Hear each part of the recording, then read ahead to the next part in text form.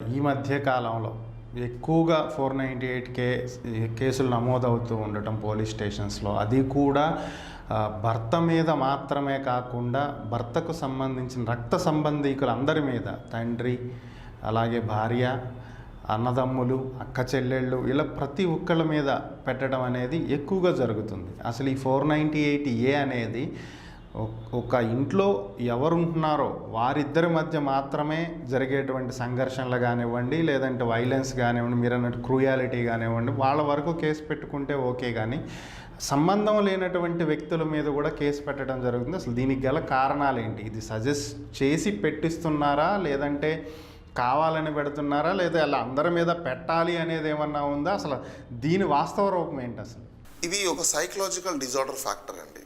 ఇది ఎక్కడి నుంచి మొదలైందంటే, ఇంట్లో తల్లిదండ్రులు అమ్మాయిలకి నేర్పించే దగ్గర నుంచి చుట్టుపక్కల ఉన్న సమాజము, ఇంటి ఎదురుగా ఇంటి చుట్టుపక్కల ఫ్రెండ్స్, వీళ్ళందరూ ఇన్ఫ్లుయెన్స్ వల్ల వీళ్ళకి తెలియని ఒక క్రూయాలిటీ మైండ్ సెట్ అనేది జనరేట్ అయిపోయేసి ఏ విధంగా హెరాస్ చేయాలన్న దానికి వీళ్ళు ఎంచుకుంటున్న ఒక వెపన్ లాంటిదండి ఇది.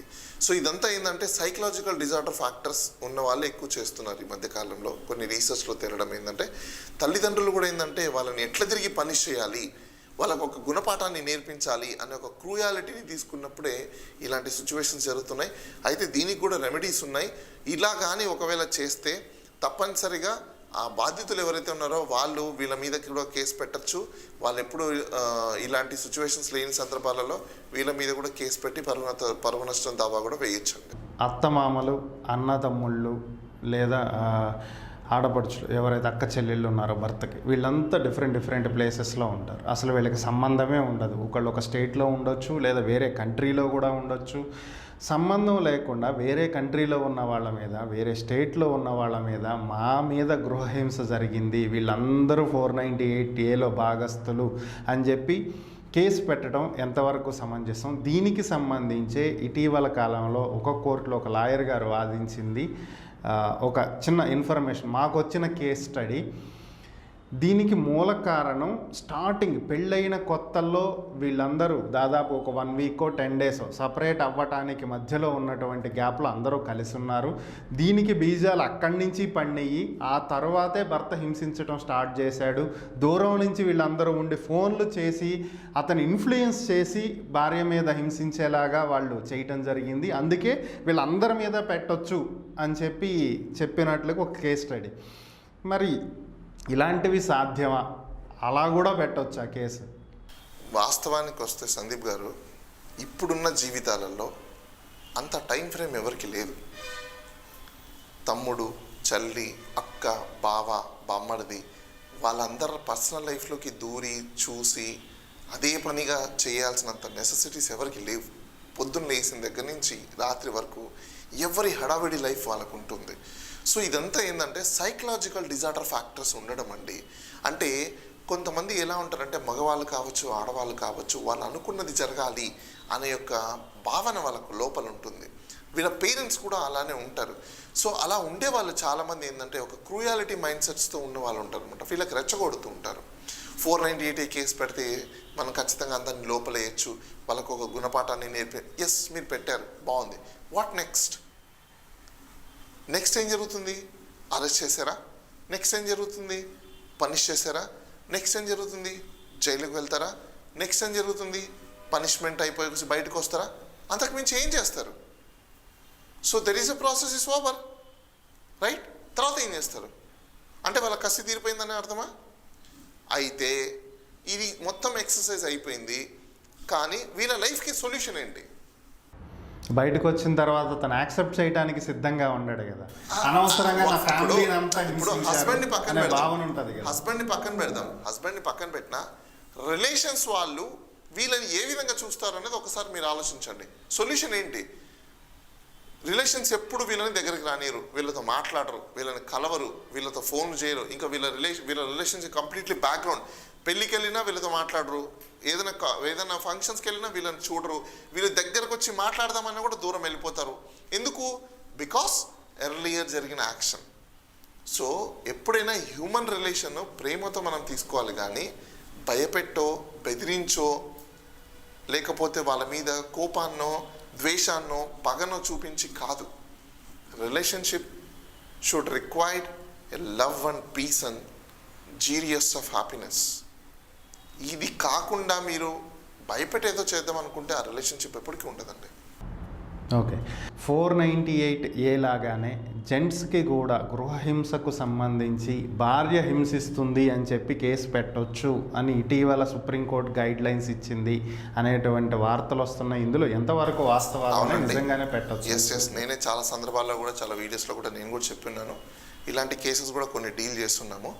డొమెస్టిక్ వైలెన్స్ అని అంటారు బేసికల్గా. నిజంగా అంత డొమెస్టిక్ వైలెన్స్ జరిగి ఉంటే మాత్రం ఖచ్చితంగా డొమెస్టిక్ వైలెన్స్ కింద వీళ్ళు కూడా కేసు పెట్టచ్చండి. ఓన్లీ భర్తే కాదు, డొమెస్టిక్లో అంటే ఆ ఇంటిలో ఉంటున్న అందరూ ఎవరైతే ఉంటారో, ఎవరైతే మానసికంగా కానీ క్షోభపడుతున్నారో ఈ డొమెస్టిక్ వైలెన్స్లోకి వస్తారు కాబట్టి డొమెస్టిక్ వైలెన్స్ కేసు పెట్టచ్చండి. అంటే ఇప్పుడు జనరల్గా మనం మాట్లాడుకుంటే ప్రాక్టికల్గా చట్టపరంగా అందరూ ఈక్వల్ కావచ్చు, జెంట్స్ కానీ లేడీస్ కానీ అందరూ ఈక్వల్ కావచ్చు. కానీ బయట సొసైటీ పరంగా వచ్చేటప్పటికి ఒక ఉమెన్కి అన్యాయం జరిగింది అన్నప్పుడు స్పందించే విధానానికి, ఒక జెంట్కి అన్యాయం జరిగింది అన్నప్పుడు స్పందించే విధానానికి కొద్దిగా వేరియేషన్ అనేది ఉంటుంది.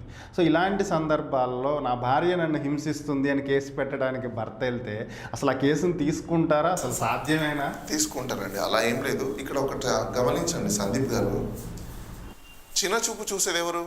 మగవాడేగా. అంటే కామన్ సెన్స్ లేనిది ఎవరికి? మగవాడికేగా. సో ఇక్కడ మారాల్సింది ఎవరు? మగవాళ్ళ సమాజం మారాలి. మగవాళ్ళు కూడా ఆడవాళ్ళని హింసించకూడదు.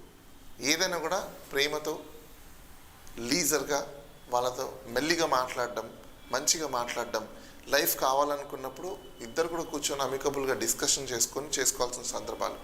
కానీ అలా కాకుండా కోపంతో, ద్వేషంతో, పగతో నథింగ్, ఏం రాదు మనకు దాంతో. సో పెద్దవాళ్ళు కూడా తెలుసుకోవాలి, మీరు ఉన్న మీ ఈగో ఫ్యాక్టర్స్ని, పెద్దవాళ్ళకు ఉన్న ఈగో ఫ్యాక్టర్స్ని మీ పిల్లల భవిష్యత్తు మీద మేము ఇలానే చేస్తాం, మేము ఇలానే రుద్దుతాం, మేము సంపాదించి పెట్టాము, మేము ఆస్తులు ఇచ్చామంటే దట్స్ యువర్ ఫెయిల్యూర్.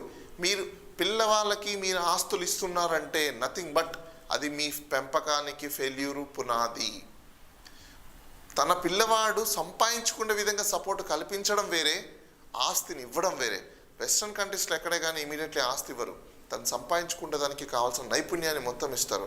ఇండియా ఎందుకు డెవలప్ అవ్వలేకపోతుందంటే బికాస్ ఆఫ్ రీజన్, తల్లిదండ్రులు ఇచ్చే ఆస్తి వాళ్ళని సోమరిపోతం తయారు చేస్తుంది, వాళ్ళని డెవలప్ అవ్వకుండా ఆపేస్తుంది. ఓకే సార్, అయితే ఫైనల్గా కంక్లూడ్ చేద్దాం. ఈ 498A వల్ల కాపురాలు నిలబడుతున్నాయి అనుకోవాలా, లేదంటే విడిపోయేదాకా వెళుతుంది అనుకోవాలా? దీనికి ఫైనల్గా ఒక సొల్యూషన్ ఏంటి? ఎలా అప్రోచ్ అవుతే వీళ్ళ లైఫ్ బాగుంటుంది? 99% ఇప్పట్లో 498A వల్ల కాపురాలు విడిపోతున్నాయి, లైఫ్ డ్యామేజ్ అవుతుంది, ఏజ్ కూడా అయిపోతుంది. సో ఫైనల్ కన్క్లూజన్ ఏంటంటే, ఫ్యామిలీ లైఫ్లో ఒకవేళ నచ్చకపోతే instead of lodging an FIR of 498A కంటే better mutual joint divorce petition వేసుకొని ఎవరి లైఫ్ వాళ్ళు లీగల్గా డైవర్స్ తీసుకొని లీగల్ సపరేషన్ చేసుకొని యాజ్ పర్ మీ కండిషన్స్ అండర్స్టాండింగ్ ప్రకారము మీ ఏజ్ నిలబడుతుంది, మీ ఏజ్తో పాటు మీ లైఫ్ నిలబడుతుంది, మీ హ్యాపీ జీవితం మీకు వస్తుంది. అలా కాదు అని అనుకుంటే మాత్రం చాలామందికి అవగాహన లేక చేసే తప్పుల వల్ల మళ్ళీ మీరు రియలైజ్ అయ్యి మళ్ళీ కోర్టులకు వచ్చి, హైకోర్ట్స్ వరకు వచ్చి లీగల్ ఎక్స్పెండిచర్స్ని పెట్టుకొని వన్ ఫైన్ డే మార్నింగ్ మీరు సఫర్ అయ్యేది ఏంటంటే మీ ఏజ్ పోయి ఉంటుంది, అలానే మీ టైం పోయి ఉంటుంది, మీ లైఫ్ కూడా తిరిగి చూస్తే ఏముంటుంది? ఎంటైర్ జీరో ఉంటుంది తప్పనించి ఇంకోటైతే ఉండదండి.